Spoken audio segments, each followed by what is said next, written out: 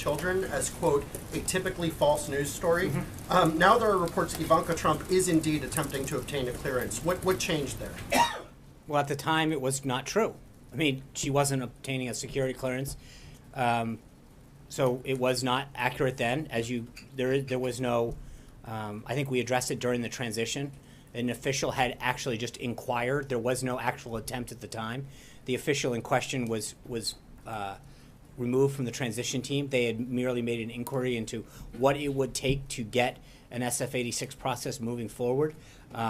No paperwork was ever drawn, no account was open, and that official was let go. At this time, as I mentioned yesterday, Ivanka has decided to go above and beyond and act in certain ways to ensure that she complies with certain rules by maintaining the Federal Records Act, getting a security clearance so that if she is privy to any information that is classified, she has to abide by the same rules and regulations in terms of being in a room and how it's handled, et cetera.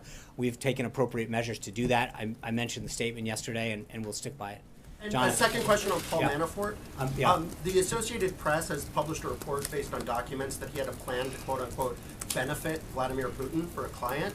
And with him back in the headlines, I'm just wondering if you still stand by the comment that he had a, quote unquote, limited role in the campaign. And if you could explain a little bit more about how spending months as the campaign's top official is a limited role. Yeah, thank you. I've tried to avoid commenting. I know I've talked to a lot of you about the individual stories, but I think obviously this one's started to catch a lot of buzz. So to comment briefly on this, I think nothing in this morning's report references any actions by the president, the White House, or any Trump administration official. I think that's got to be clear from the get-go. The report is entirely focused on actions that Paul took a decade ago regarding.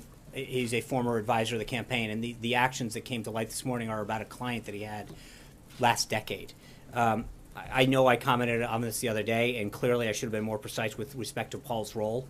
So let me clarify this and kind of go through the facts. Paul was hired to oversee the campaign's delegate operation.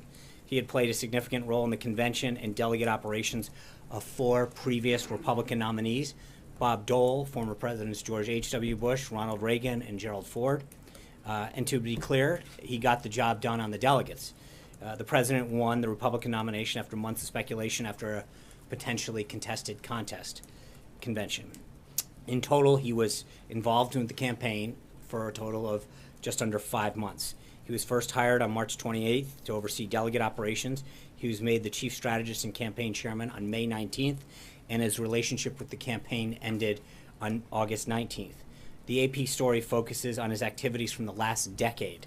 And to place it in context, Paul represented many foreign clients, according to publicly available data, in the Caribbean, Asia, Africa, and Europe. His representation of foreign clients is public and similar to the work of Tony Podesta, a Clinton campaign fundraiser whose brother John chaired Hillary Clinton's campaign. Last year, not last decade, Tony Podesta lobbied against sanctions for Russia's largest bank.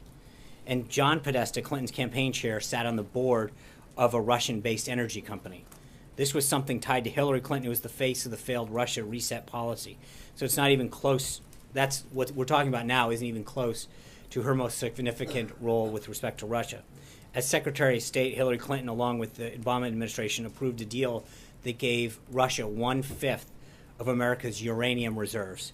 Hillary's husband, former President Bill Clinton, received over $500,000 by a paid speech by a bank connected to the uranium deal, and Vladimir Putin personally called the former president and thanked him for giving the speech.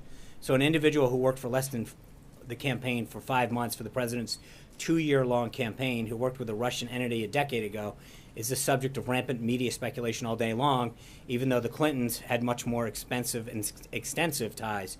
Well, as Secretary of State, Hillary was crafting a policy she said was designed to, quote, strengthen Russia. And to be clear, the president has no personal financial dealings with Russia. His ties are limited to hosting a contest in Russia once and selling a Palm Beach home to a businessman in 2005. That's it. And for members of the media trying to conflate Paul's role and activities with Monday's hearing, I have another reminder.